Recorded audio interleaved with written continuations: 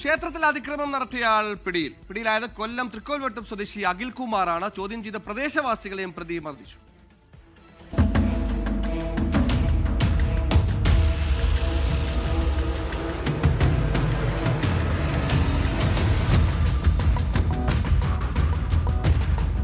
പേരൂർ കൽക്കുളത്തെ ഭൂതത്താൻകാവിലാണ് അക്രമം നടന്നത്.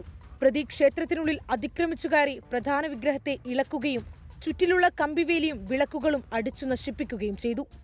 ക്ഷേത്രത്തിൽ ഉത്സവത്തിരക്കുകൾ കഴിഞ്ഞ സമയമായിരുന്നു. ഉത്സവത്തിന്റെ ഭാഗമായി ഒരുക്കിയിരുന്ന ദീപാലങ്കാര വസ്തുക്കൾ ക്ഷേത്രത്തിനുള്ളിൽ തന്നെയുണ്ടായിരുന്നു. തുടർന്ന് കഴിഞ്ഞ ദിവസം രാത്രി ക്ഷേത്രത്തിൽ നിന്ന് ശബ്ദം കേട്ടതിനെ തുടർന്നാണ് പ്രദേശവാസികൾ വന്നു നോക്കുന്നതും അതിക്രമം കാണുന്നതും. 5000 രൂപയുടെ നഷ്ടമുണ്ടായതായി ക്ഷേത്ര ഭാരവാഹികൾ പറഞ്ഞു.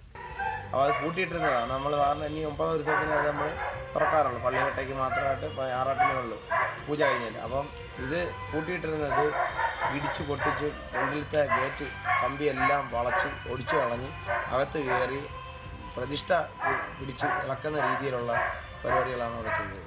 അതിക്രമിച്ചു കയറിയത് ചോദ്യം ചെയ്തതിന്റെ വൈരാഗ്യത്തിൽ പ്രദേശവാസികളെ ചിലരെയും ഇയാൾ ആക്രമിച്ചു. ക്ഷേത്രം ഭാരവാഹികൾ നൽകിയ പരാതിയുടെ അടിസ്ഥാനത്തിൽ കൊട്ടിയം പോലീസ് പ്രതിയെ അറസ്റ്റ് ചെയ്തു. 24 കൊല്ലം.